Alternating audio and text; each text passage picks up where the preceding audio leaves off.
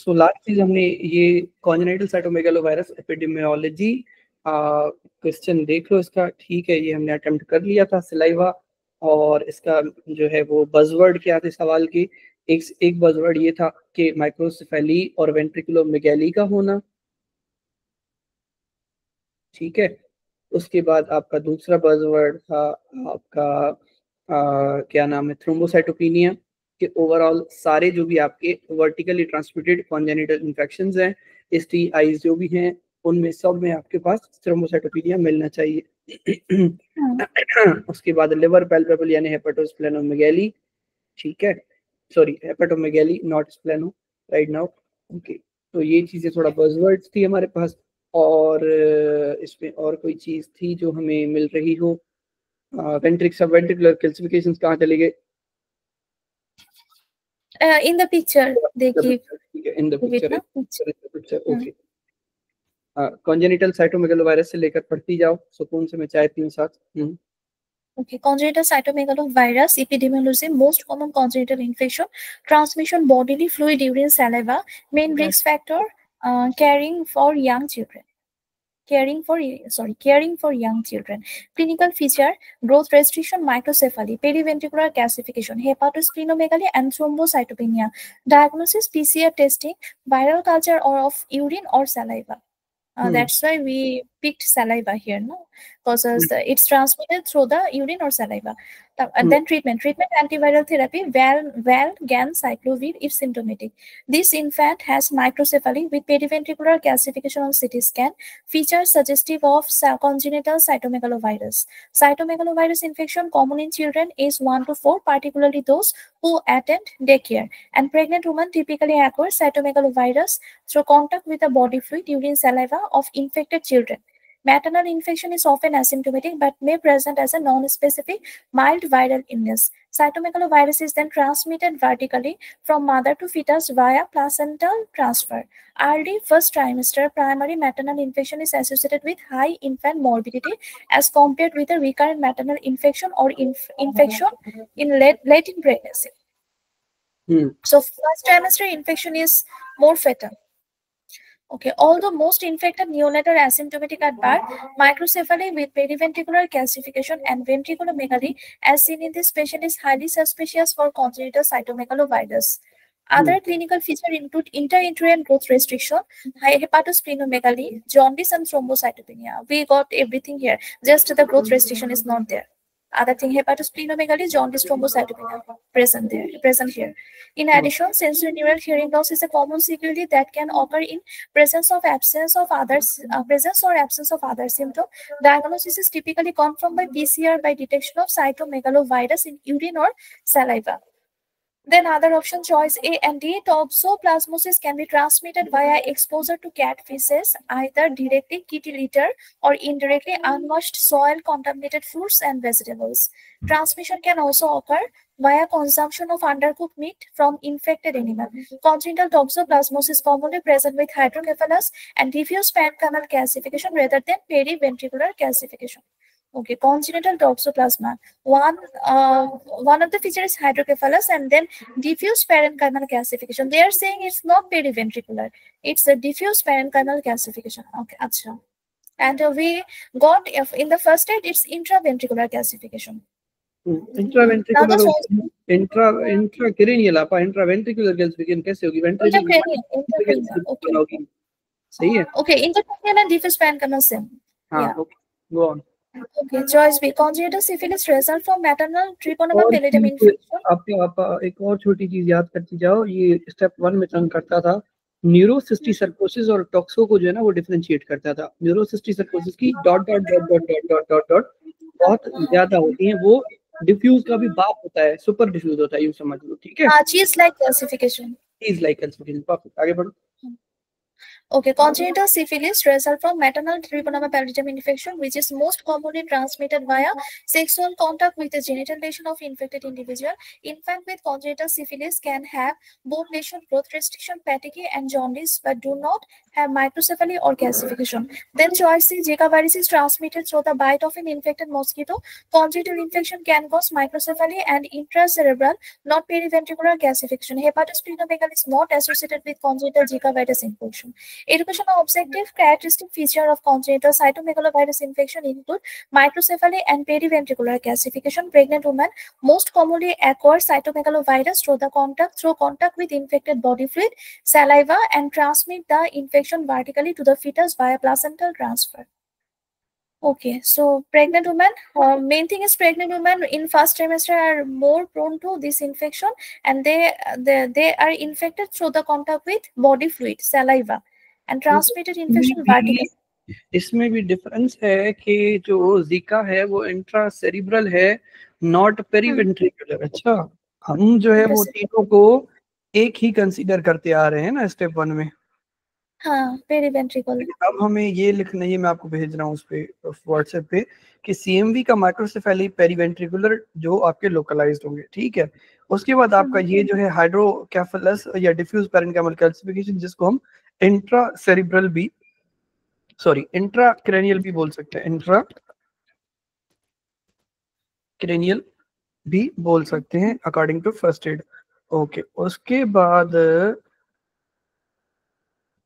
जो third one है intra cerebral not peripheral, वो है जिका का। तो दीज आर द टर्म्स जो फिलहाल मुझे समझ नहीं आ रही, लेकिन इनको रट्टा मार देते क्योंकि मुझे सब अभी भी सेम ही लग रहे हैं, थोड़ा थोड़ा डिफरेंस नो डाउट है, बस ठीक है। फिलहाल इसको इस तरह से कर लो, बाकी आगे देखा जाएगा जो नसीब होगा। क्या नाम है आपका ये ले लें, ठीक है, ओके हो गया।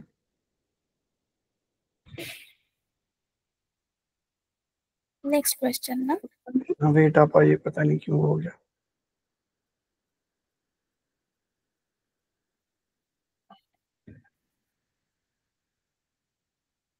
Previous test, previous test number फिर। अच्छा, ये रीनेम हो, हाँ मैं समझ गया, ये रीनेम होता है 5 को अगर मैं 1 कर दूं तो रीनेम। चलो छोड़ो, ठीक है, बाद में करेंगे, आ जाओ, फिलहाल फालतू काम नहीं करते। ये हो गया हमारा सवाल, मैं समझ आ गया कि जीका में रट्टा मारने के लिए फिलहाल इंट्रा सेरिब्रल नॉट पेरीवेंट्रिकुलर, ठीक है। उसके बाद जो आपका hepatosplenomegaly is also not there, not associated with congenital जिका वायरस, जबकि सीएमवी में आपका हेपेटोस्प्लेनोमेगाली था, जो यहाँ पर भले नहीं भी लिखा हुआ, ऊपर लिखा थी ना, था वो लिखा हुआ है यहाँ पे कि इसमें आपको mononucleosis monospot mononucleosis negative monospot in immunocompromised patients, infections in immunocompromised, especially pneumonia in transplant patients, esophagitis, colitis, AIDS, retinitis, cytomegalovirus, hemorrhage, cotton wool spots, vision loss, congenital CMV, mononuclear cells, infected ovular appearance, कहाँ है हेपेटोस्प्लेनोमेगाली?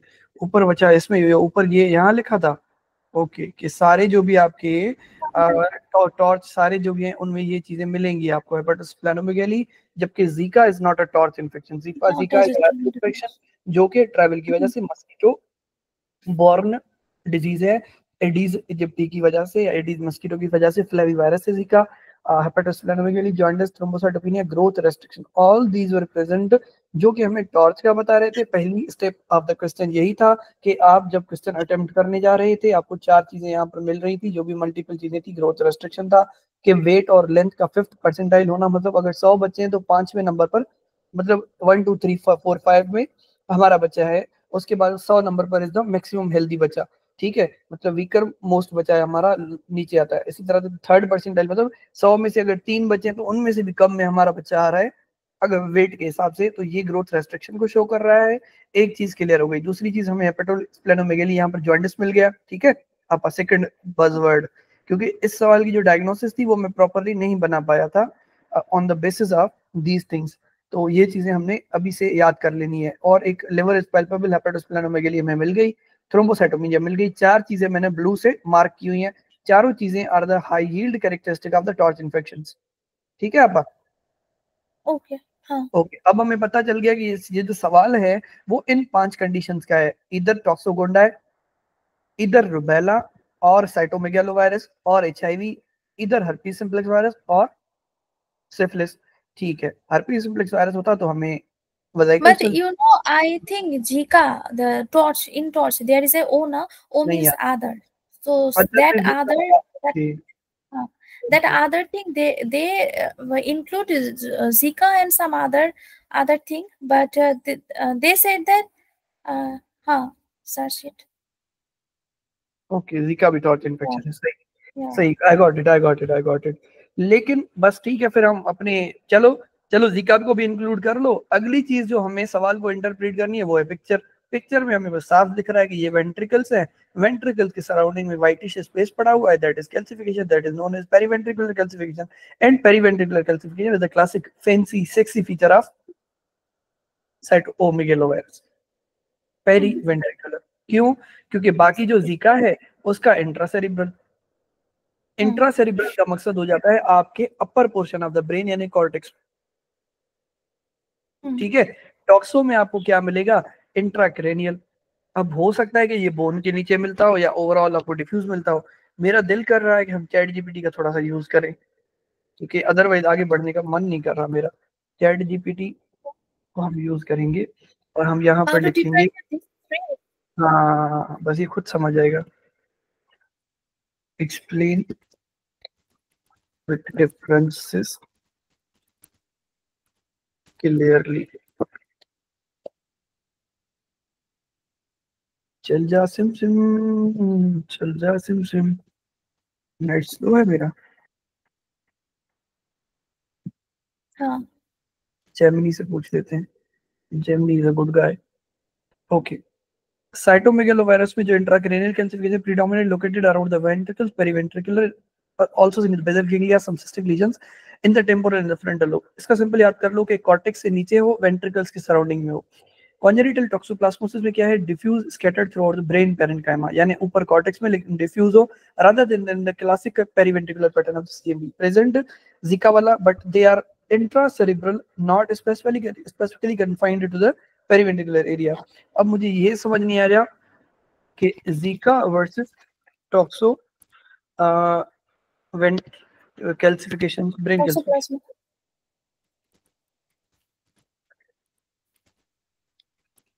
लेकिन ये है कि Zika को पकड़ने के लिए वी नीड मोटार के मसले, स्पास्टिक वाले मसले, वी नीड ऑक्यूलर के मसले, जो कि कोरियोरेटिनाइटिस तो खैर होता है टॉक्स में, अपना टॉक्सो में, बट स्पास्टिक वाला कभी भी नहीं होता। तो हमें वहां से डिफरेंस पता चल सकता है जीका और टॉक्सो का। Or travel Zika history. is typically seen at the travel history, one of the most important thing for Zika. Kate litter pregnancy की history for most important for So, yeah, raw oops. meat eating for toxo. Okay. Zika related calcifications are typically seen at the gray white matter interface and more diffuse, while toxoplasma classifications are often scattered and randomly distributed, sometimes a periventricular predominance। ये वही वाला वो कर रहा है, अब mix up कर रहा है चीजों को, छोड़ो इसको। बस जैसे हमने, क्योंकि सवाल अटेम्प्ट करना है ना, अगर पेरीवेंट्रिकुलर आ जाए तो आपके पास दो ऑप्शन, आपके पास एक ऑप्शन होता है क्या? सीएमवी। Cytoplasm. ठीक है, अगर आपके पास इंट्राक्रेनियल आ जाए वर्ड स्पेसिफिक करके तो आपने जीका जाना है। ठीक है, इंट्रा सेरिब्रल सॉरी इंट्राक्रेनियल आ जाए तो आपने टॉक्सो जाना है। इंट्राक्रेनियल आ जाए तो आपने के नहीं, हाँ इंट्राक्रेनियल आ जाए तो आपने टॉक्सो जाना है। Intracranial toxo, intracranial toxo. ठीक है, केट इंट्राक्रेनियल टॉक्सो। जीका का जो है वो इंट्रासेरिब्रल होता है। ठीक है, चलो तुम्हें अगर जीका और टॉक्सो में डिफरेंशिएट नहीं भी हो रहा, तुम कह रहे हो भाई दोनों सिमिलर ही है almost.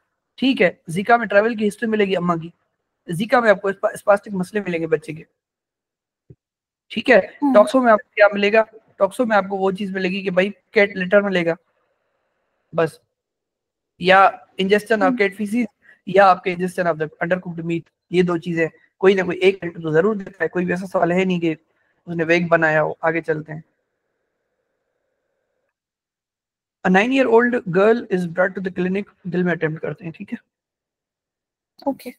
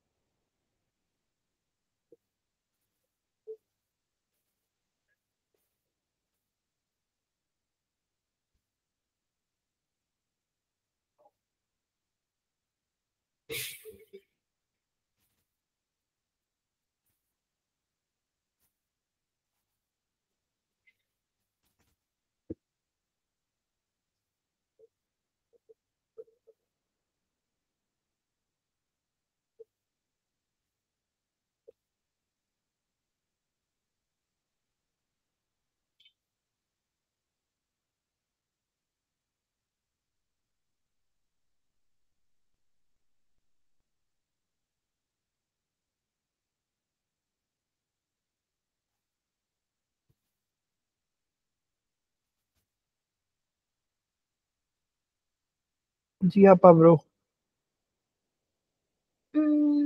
I'm confused between the upper respiratory tract infection and cigarette exposure. Okay, upper respiratory tract infection maybe. ये वही ABRS वाला केस है, ठीक है। अपर रेस्पिरेटरी ट्रैक्ट इन्फेक्शन होना चाहिए। इसका जो diagnosis acute bacterial rhinosinusitis, clinical features cough, nasal discharge, fever, face pain, headache, diagnostic criteria persistent symptoms for greater than 10 days without improvement, severe onset fever of greater than 39 degrees centigrade plus drainage greater than or equal to 3 days, worsening symptoms following initial improvement, amoxicillin with or without clavulanate is the treatment. This patient has prolonged nasal congestion for greater than 10 days, suggestive of ABRS. An infection of the paranasal sinus is most commonly due to non-typable Haemophilus influenza, Streptococcus pneumoniae, or Exella catarrhalis. Presenting symptoms include cough, nasal discharge or congestion, facial pain, and headache. ABRS is defined by one of the following three criteria. Symptoms, for example, cough, nasal discharge or congestion persisting for greater than or equal to 10 days without improvement. Symptoms severe in onset, fever of greater than or equal to 39 degrees centigrade plus drainage for greater than or equal to 3 days.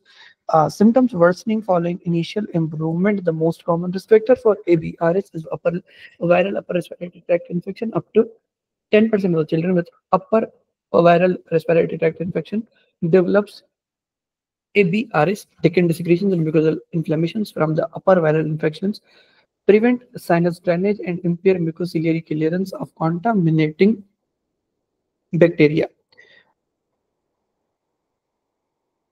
Sahi, which can lead to secondary bacterial infection.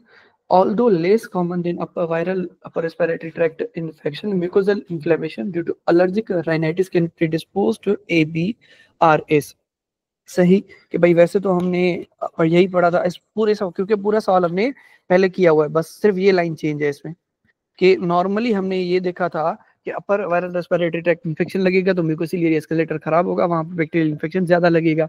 कौन से 3 bacteria आपको hit करते हैं post influenza virus?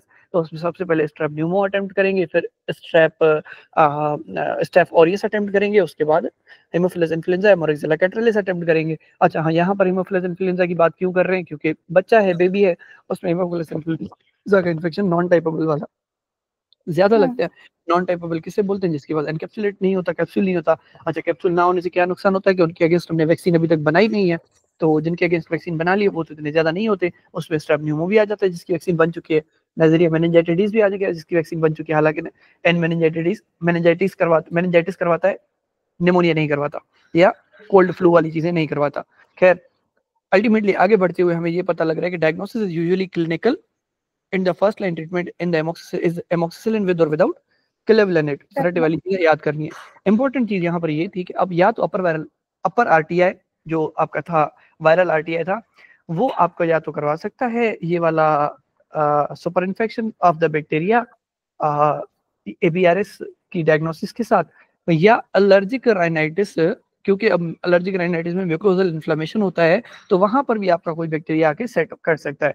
Allergic rhinitis is an allergy condition जो किसी pollen, किसी powder या किसी भी एंटीजन की वजह से हो रही होगी, जिसमें टाइप 1 हाइपरसेंसिटिविटी बार बार इंड्यूस हो रही होगी। खैर, adenoidal hypertrophy and nasal septal deformity can cause signs of nasal obstruction, for example mouth breathing, sleep apnoea, but are minor contributors to the sinus disease. Viral URIs are more commonly leads to ABRS। यहाँ पर are मैंने गलत लगा दिया, आगे बढ़ते हैं। Environmental irritants such as cigarette smoke and pool chemicals are common risk factors for asthma, which presents with a wheezing not seen in this patient.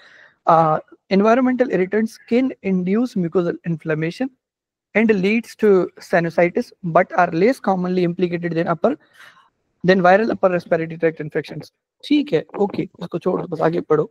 Upper acute bacterial sinusitis should be considered in children with cough or nasal discharge or congestion that persist for greater than equal to 10 days without improvement. The two most common risk factors are upper viral respiratory tract infection and allergic rhinitis. Great. दिल में attempt करेंगे आप भी और मैं. Okay.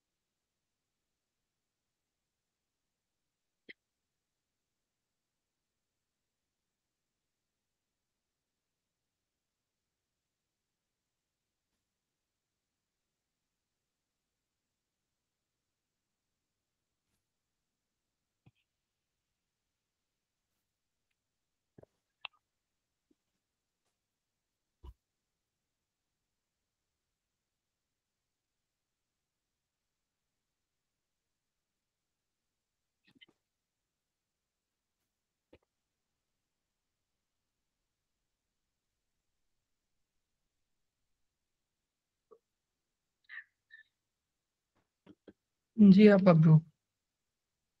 Okay, I think reactivation from untreated sex, reinfection from untreated sexual partner. Sir मुझे मेरा पहला जो ऑप्शन मैंने जैसे पढ़ा inadequate डोज ऑफ एंटीबायोटिक, तो मुझे भी ये लगा थोड़ा बहुत, ठीक है, कि सिंगल डोज ऑफ एजिथ्रोमाइसिन दिया उसने, तो मैं सोचा कि single dose single dose sufficient.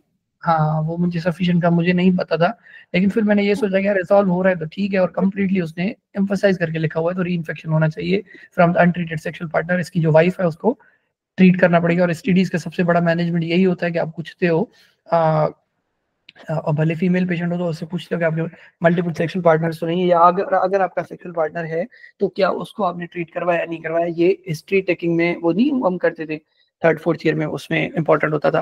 Chlamydia ट्रैकोमाइटिस educational objective. Chlamydia trachomatis infection is often asymptomatic but may cause dysuria and mucoid discharge, particularly in men. Treatment with a one-time dose of azithromycin or 7 days of doxycycline is usually curative.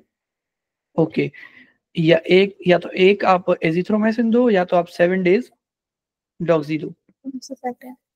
I thought that azithro तो in pregnancy we give azithro, but this patient is हाँ, क्योंकि mail की pregnancy अभी तक हुई नहीं है, nature ने नहीं करवाई तो देखेंगे. ठीक है, सही है, मैं समझ गया आपकी बात कि azithromycin is safer in pregnancy. However, current and recent sexual partners must receive testing treatment to prevent reinfection. Chlamydia trachomatis is an obligate intracellular gram-negative bacterium transmitted through oral, anal, and vaginal intercourse. It is the leading cause of urethritis in men and cervicitis in women.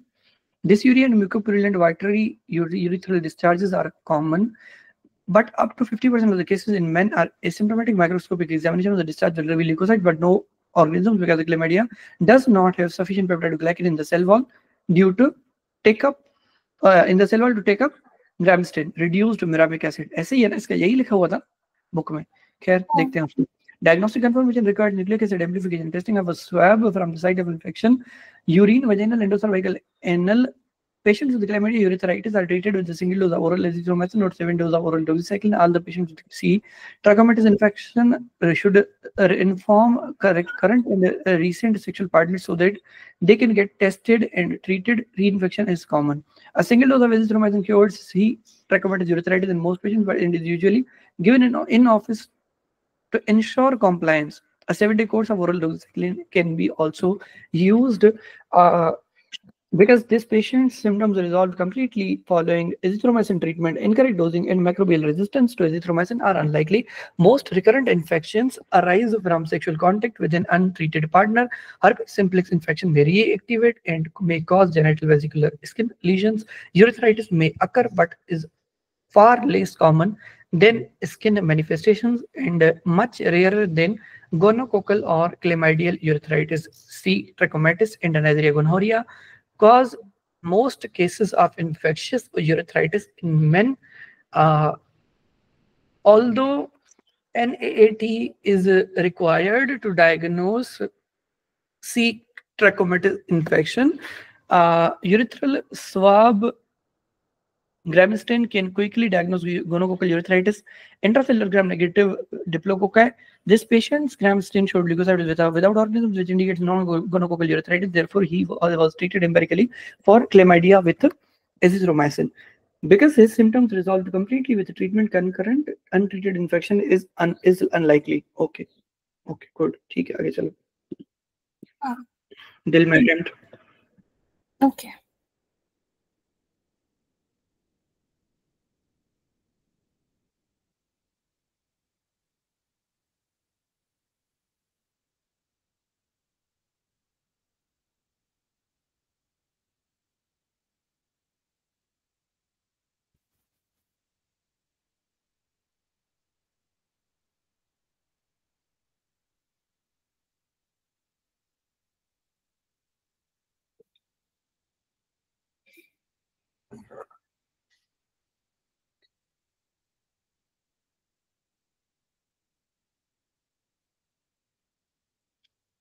जी आपा. Not done yet.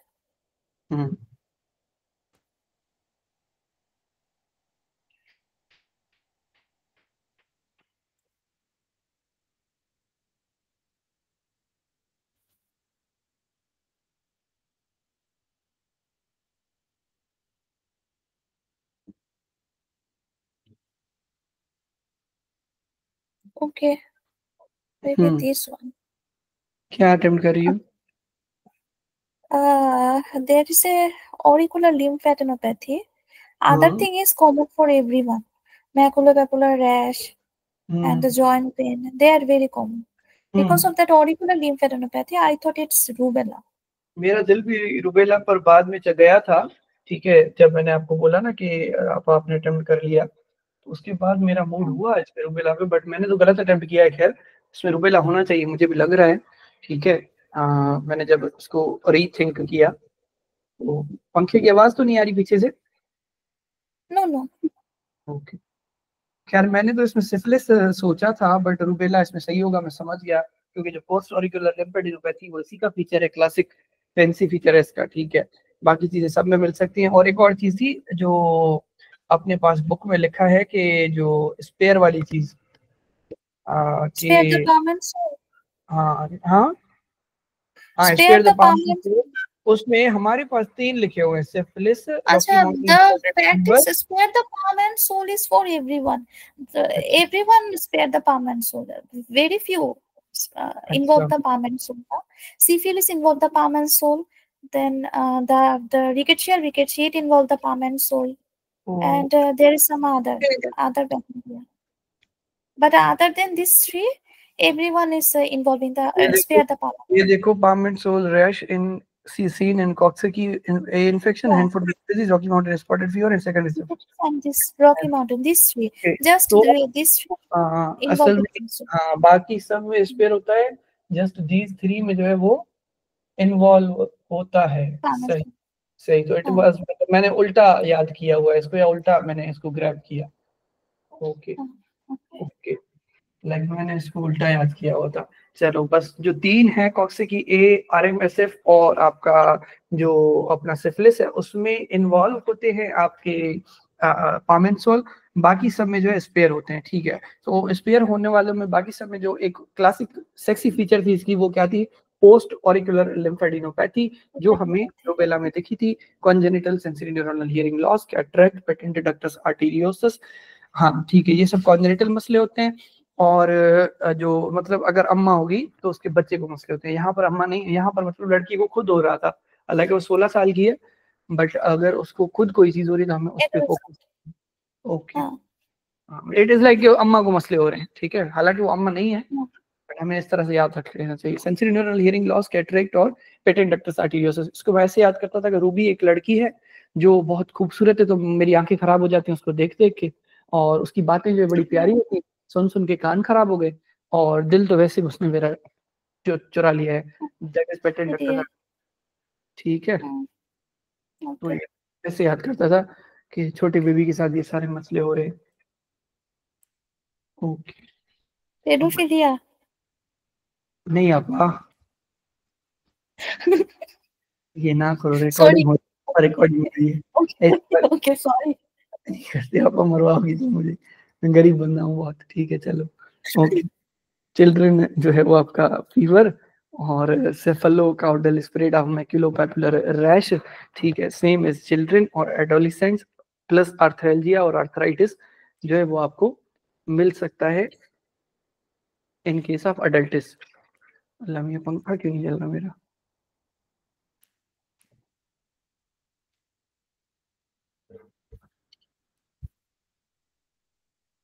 एक second दो आपा मुझे।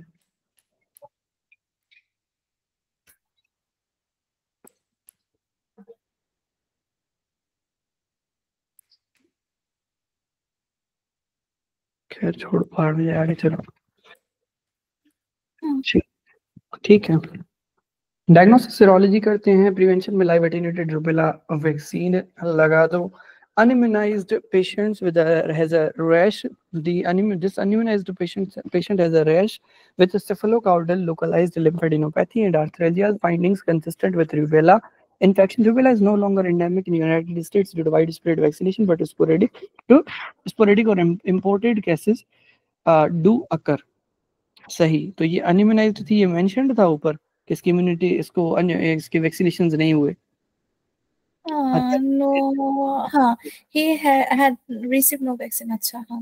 Noise, हालांकि syphilis का तो कोई vaccine होता भी नहीं है, ठीक है, मतलब उस तरफ सोचता मैं तो। खैर, rubella may be asymptomatic or present in well-appearing patients, is a mild illness that begins with low-grade fever and lymphadenopathy, particularly posterior cervical, posterior auricular and suboccipital lymphadenopathy. A blanching fine pink maculopapular rash erupts on the face and spreads cephalocaudally within 24 hours, sparing the palms and soles. Adolescents and adults, particularly females, may have arthralgia or arthritis at the time of rash development, although most symptoms resolve in a few days.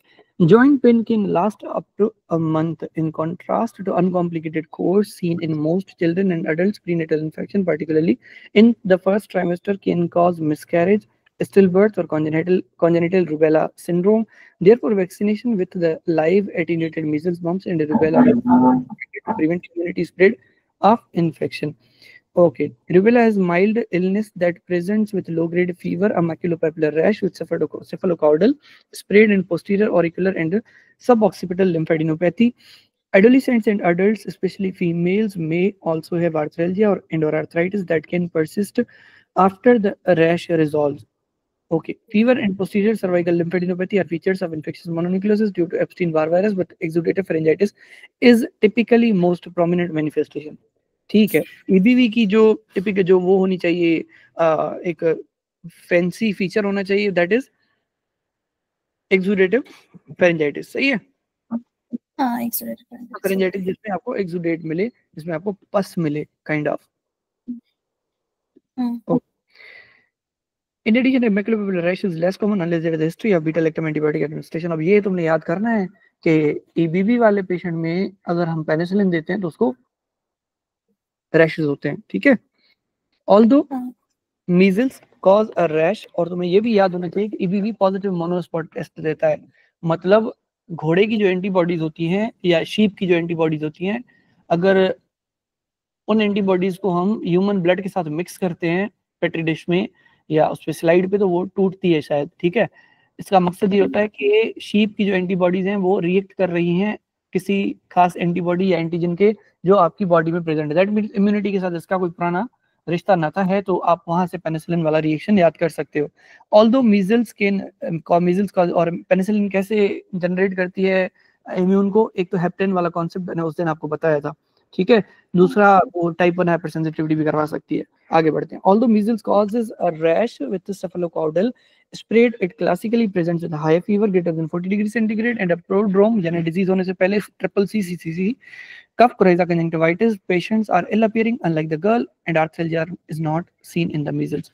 आर्थ्रेल्जिया थी क्या उसमें aunty को, हाँ, बच्ची को? they said that she awake today with pain in her finger and wrist as well. इसकी Arthralgia थी। इसकी दुम, भैंस की दुम, ये क्यों नहीं देखा मैंने? ठीक है, नाइस, गुड। अच्छा, ये ऐसे भी होता है? अच्छा, okay. Although measles causes a rash with a cephalocaudal spread, ठीक है, ये तो हमने देखी है, पिक्चर इसकी देख लो। ठीक है, ठीक है, ये क्या पिक्चर है यार, मस्करी कर रहे हैं हमारे साथ। Okay. Disseminated gonococcal infection, Neisseria gonorrhea, can present with the rash, fever, polyarthralgia in a sexually active patient. However, the rash of disseminated gonococcus is usually vesiculopustular and rarely involves the face. Secondary syphilis for i.e. Treponema pallidum usually presents with the fever and a maculopapular rash involving the trunk and extremities. The rash of syphilis includes palm and soles, which are sprayed in this patient. ठीक है. The rash of varicella zoster virus, i.e. chickenpox, is characterized by intensely pruritic vesicular infections, vesicular lesions that appear in successive crops and crust after several days. Maculopapular non-pruritic होता है। अच्छा, इस patient को, हमारे patient को, Rubella has a mild illness that presents with low grade fever, maculopapular rash with cephalocaudal ऊपर से नीचे spread, posterior auricular and suboccipital lymphadenopathy, one of the most high yield feature for the question to be attempted. Adolescents and adults, especially females, may also have arthralgia or arthritis that can persist after the rash that resolves. Okay, दिल में।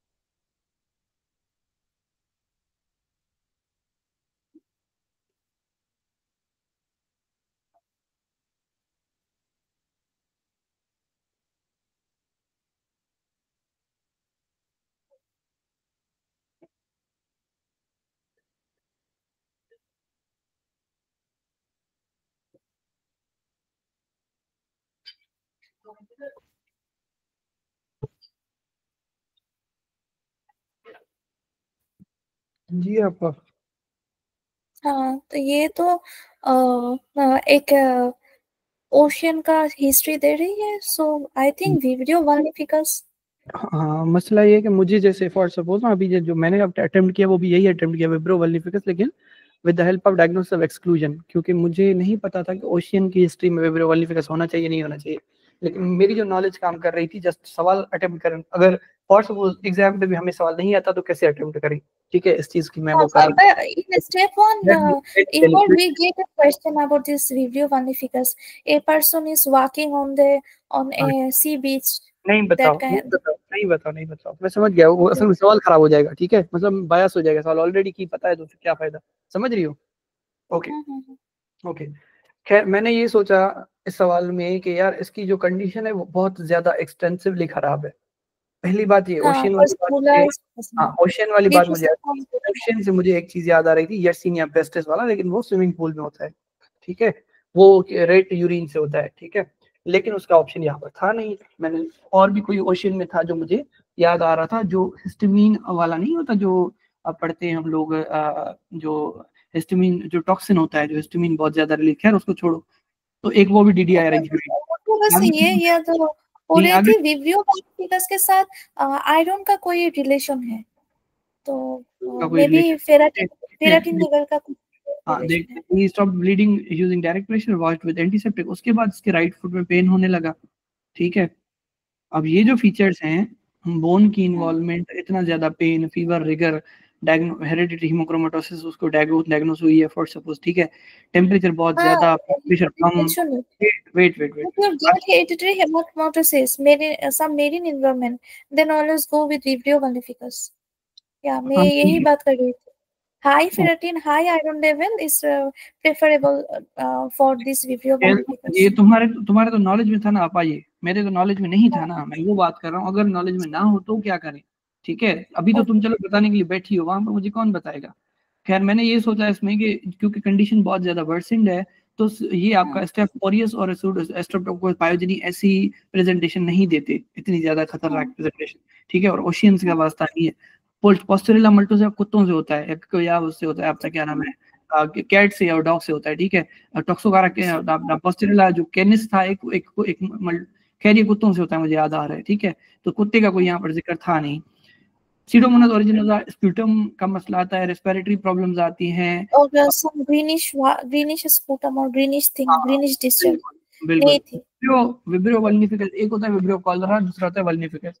जो vibrio cholera है वो तो watery diarrhoea करवाता है, जो वल्निफिकस है उससे मुझे गैंग्रीन याद आ रही थी, पता नहीं क्यों, अब आई डोंट नो कि मुझे थ्री टाइप विब्रियो में, vibrio cholerae, vibrio vulnificus and vibrio पैराहिमोलाइटिकस।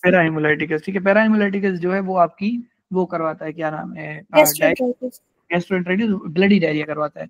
तो विब्रियो कॉलरा में यहाँ पर पड़ा हुआ है ये vibrio vulnificus, gram negative bacillus usually found in marine environment, आप वाली बात, ठीक है, कॉजेस सिवियर वुंड इन्फेक्शन और septicaemia due to exposure to contaminated sea water, presents is cellulitis, not आपका वो गैंग्रीन, हाँ गैंग्रीन वाली बात कर रहा था मैं, presents is cellulitis that can progress to necrotic fasciitis in high risk patients, specially those with high serum iron, cirrhosis या हेमेटोक्रोमेटोसिस, आपकी वाली बात, serious wound infection regard surgical debridement. अब मुझे जो चीज याद थी सिर्फ ये वाली याद थी कि विब्रियो वल्निफिकस का, क्योंकि नॉर्मली विब्रियो माइंड में जब भी आता है तो कॉलरा आता है दिमाग में, हमें यही पता होता है कि यार विब्रियो कॉलरा का मकसद ये होता है कि आपकी वाटरी डायरिया, दूसरा विब्रियो पैराहिमोलाइटिकस है, उसका नाम हिमोलाइटिकस है तो ब्लडी डायरिया करवाता है, थर्ड इसका भाई है वल्निफिकस, जिसका टोटली जो ओरिएंटेशन है वो हेल ऑफ डिफरेंट है, ठीक है। तो यहाँ पर मैं एक छोटी सी चीज करना चाहूंगा, इस क्वेश्चन को कॉपी पेस्ट करके मैं रखूंगा अपने फर्स्ट एड में, ताकि मुझे फ्यूचर के लिए याद रहे कि ये इस तरह का सवाल आ सकता है।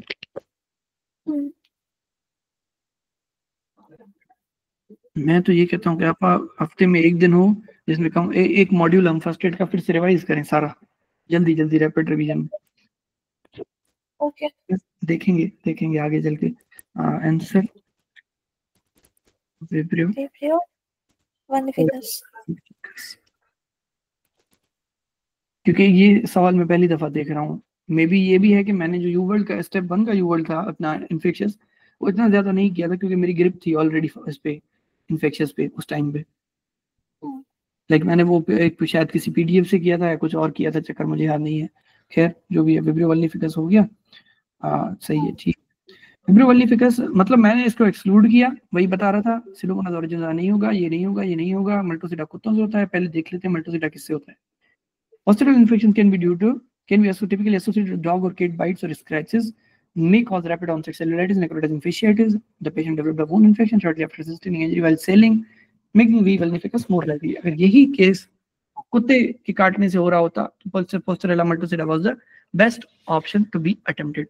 Pseudomonas aeruginosa skin infections करवाता है, no doubt, occur due to hot tub, not ocean, nail puncture wound, ear piercing, folliculitis cellulitis more common than necrotising fasciitis. फिल वक्त हमारे यहाँ नेक्रोटाइजिंग फिशियाइटिस हो रही थी, दैट वाज कि भाई जो आपके सॉफ्ट टिश्यूज हैं उसका मसला, और ये लिखा हुआ है यहाँ physical examination 1.5 cm laceration on the dorsum of the right foot and extensive surrounding edema and severe dark colored bullae shows कि आपका जो सॉफ्ट टिश्यू है वो खराब हो रहा है। ये आपके हेमरेजिक ब्लड प्लस लीजन्स आपको दिख रहे हैं जो आपको एक्चुअल में पेशेंट के मिलेंगे। ओके ओके ठीक है। एजुकेशनल ऑब्जेक्टिव पढ़ने से पहले I would go for pseudo postural line कर लिया हमने। Staphylococcus and Streptococcus pyogenes are leading causes of cellulitis and erysipelas. Although these organisms may occasionally cause necrotizing fasciitis, such as particularly Strep pyogeny, lesions typically develop over a few days, not hours. Okay. Timeline का मुझे नहीं पता था पहले कि ये कोई days में करवाते हैं। हाँ, ये पता था कि इतना सिवियर नहीं करवाते, लेकिन ठीक है। In addition exposure to ocean water in a patient with hereditary hemochromatosis या cirrhosis वाला patient makes B. prolificus more likely. Educational objective: Vibrio prolificus is a free-living marine bacterium that causes food-borne illness through oysters and wound infections. अच्छा, Vibrio prolificus is free-living marine bacterium that causes food-borne illness, oysters या फिर आपके wound infection. Wound infection may be mild, but some patients develop rapid onset severe necrotizing fasciitis with hemorrhagic bullous lesions and septic shock. सबसे reason उसका बड़ा क्या था? Liver disease, cirrhosis, viral hepatitis या आपका hereditary hemochromatosis are particularly at high risk. Vibrio prolificus is a free living gram negative bacterium that grows in brackish coastal water and marine environments. Levels are greatest in summer months, reaching as high as 8% of the total bacteria. In some areas, infections are primarily acquired through the consumption of raw oysters, which concentrate the bacteria, and through the wound contamination during reactivational activities, for example, selling or raw seafood handling. Most patients who become ill have liver disease, alcoholic cirrhosis, viral hepatitis. Those with hemochromatosis are at particularly greatest risk is free iron. It's an exponential growth catalyst. आप बिल्कुल ठीक थे कि vibrio prolificus का iron के साथ कोई पुराना जन्मों का रिश्ता ना, तो एक करण अर्जुन है, ठीक है। जब मिलते हैं तो उनको अपना पास्ट याद आ जाता है और करते हैं धमाका. Patients with wound contamination typically develop a mild cellulitis, but those with liver disease or certain comorbidities, for example, diabetes mellitus, are at risk for necrotizing fasciitis with hemorrhagic bullous lesions and septic shock. A diagnosis is made by blood and wound cultures, but treatment with antibiotics should not be delayed due to high risk of death. Surgical intervention may be required, particularly in the high risk infections वाले patients. ठीक है, okay.